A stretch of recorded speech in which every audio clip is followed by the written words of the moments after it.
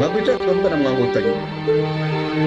Padiri Nahimana Thomas yemerera yuko ashaka kuzahangara u Rwanda akarurimbura akarukura ku mugabane w'isi, cyangwa se bikarangira afashe buriya butegetsi bwa Paul Kagame akaba yabukura ku buyobozi akaba ari umusimbura.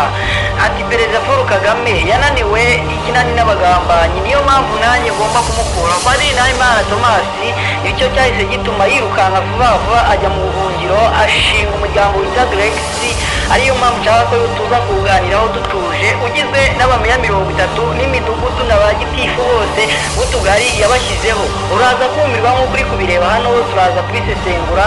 Ese ubundi Padiri Nahimana Thomas uhagarara akavuga n'amagambo gutya ntagire ubwoba, nubwo perezida batamworoheye buri gihe abavuga yuko azamuzana rimwe tukamusanga nawe yicaye mu Rwanda nk'uko Rusesabagina nawe yari yicaye mu Rwanda.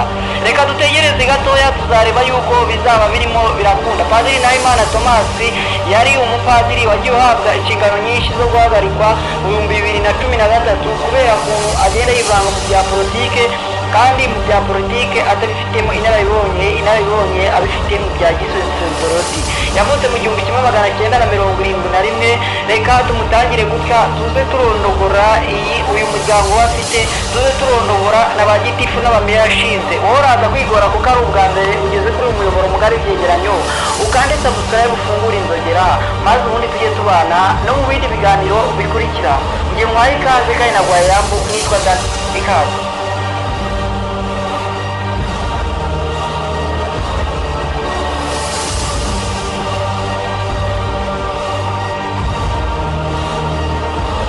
Ubundi mu 1971 Mata nibwo uyu mupadiri yabonye izuba.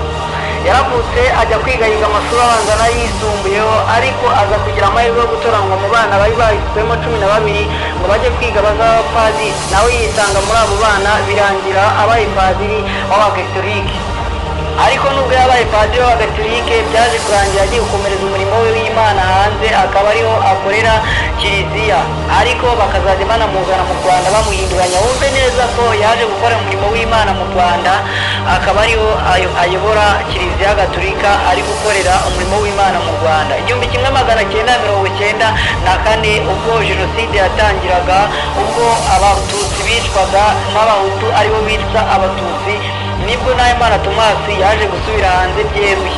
Ariko mbere y'uko ibyo ngibyo biba, Nahimana Thomas yari padiri, muze kubyibuka neza. 2013 yaje kuzajya akurwa ku padiri bitewe n'ibyaha ari gukekwaho cyangwa se n'ibintu ari gukurikiranwaho. Byakekwaga yuko ashobora kuba ari umunyepolitike cyangwa se nawe yarakoze jenoside nk'uko bivugwa mu Rwanda. Gusa we nta nubwo ajya yemera yuko jenoside yabayeho, kandi harapfuye abatutsi barenga miliyoni 1994 nibwo bapfuye. Ariko we kuba wamwemeza yuko habayeho jenoside mu Rwanda biramugora, nta nubwo bashaka. Perezida Nahimana Thomas ni umupadiri uri aho ngaho utuje, wagiye rwose ahagarikwa ku nshingano nyinshi zo ku giseseroditi zo kuba padiri. Yagiye abihagarikwaho kenshi cyane ku buryo kiwumva yuko hari n'ubwo yandikiwe na baba amubwira ati wowe va ku padiri ujye mu bya politike. Si uyu muntu ushaka kuba perezida nyakubahwa utarigeze ajya no mu gisirikare, ahubwo icyo yize ari amashuri ye yitwaje iki. Yahise ajya hanze mu Bufaransa, niho yagiye ahita ashinga umuryango. Uraza kunyemerera gatoya twere ku murongo turebe abameya yashinze, nawe uze kureba meya wawe mu karere kawe. Turaza gutangira gutya kuri uyu meya wa mbere. Nk'uko bisanzwe uyu nguyu niwe perezida tugiye guheraho, akaba ari we ukuriye uyu muryango, akaba nyine ari nawe perezida w'iyi guverinoma iri hanze mu buhungiro. Niwe uyiyoboye, akaza no kuba ari nawe perezida, kandi akaba avuga ngo arashaka gutsinda. Yitwa Padiri Nahimana Thomas, akaba yifuza kuba yayobora u Rwanda. Uwo niwe perezida wawo. Hakaza meya wa Kicukiro, akaba yitwa Amidu Shabani. Uwo ni meya wa Kicukiro uvuga yashyizeho ngo niwe uzayobora. Meya wa Kicukiro niwe uzayobora Kicukiro igihe bazaba bafashe ubuyobozi. Hakaza n'undi witwa Ngiruwunsaba Michel, hakaza n'undi Ngiruwunsaba Michel wa Nyamagabe, hakaza n'uwa Gatsibo witwa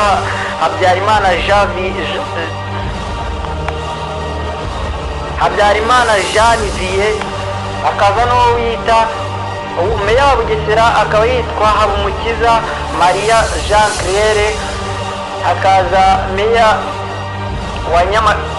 wa Nyamasheke witwa Ingabire Marie Claire Mediatrice, hakaza meya wa Gicumbi witwa Kanengwa Providence, hakaza n'undi wa Kirehe witwa Nayituriki Marceline. Abo ni abameya 30 yashyizeho bashaka kuyobora u Rwanda. Hakaza n'undi witwa niyo yita Yeriva umumeya wa Ngoma, nawe akaba yaramushyizeho. Hakaza n'undi witwa meya wa Kayonza akaba yitwa Macumi Agete, uwo ni meya yishyiriyeho. Hakaza nanone meya wa Gakenke witwa Mukanoheri Maria Francine, nawe akaba ari umumeya ngo wa Gakenke yashyizeho. Hakaza n'undi wa Rusizi witwa Mukamurenzi Jeanne, nawe akaba ari meya wa Rusizi nk'uko Padiri Nahimana Thomas avuga ko afatanyije n'umuryango. Hakaza n'undi wa Karongi witwa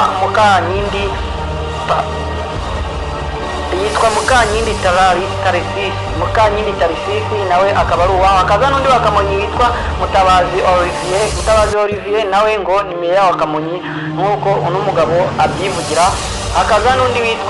Hakaza n'uwa Nyagatare witwa Mutuyimana Specioza ni umumeya wa Nyagatare. Hakaza n'undi witwa Mwemaye Porosite wa Muhanga, uwo ni meya wa Muhanga Muheya. Hakaza n'undi wa Nyarugenge witwa Bigakatogene cyangwa Theobald ariko.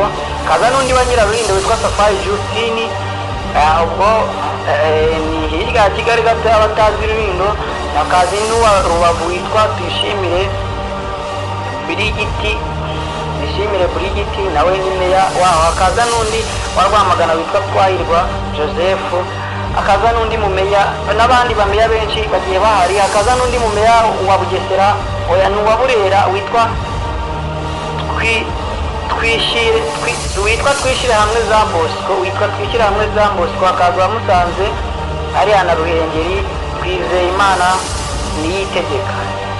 Hakaza n'undi mumeya wa Gasabo witwa Uwimana Marine ni Mutengo, wenda ntibisomye nabi. Bikaba birarangiye gutya. Uyu niwe muryango yashinze witwa XCI, nawe muryango we yashinze muri iyi myaka. Uyu muperezida kandi nk'uko babivuga yagiye agaragara kenshi cyane hakana jenoside y'uko itigeze iba mu Rwanda, kandi abagaragara yuko ingoma iba mu Rwanda ari iy'umuntu umwe, atari iya bose.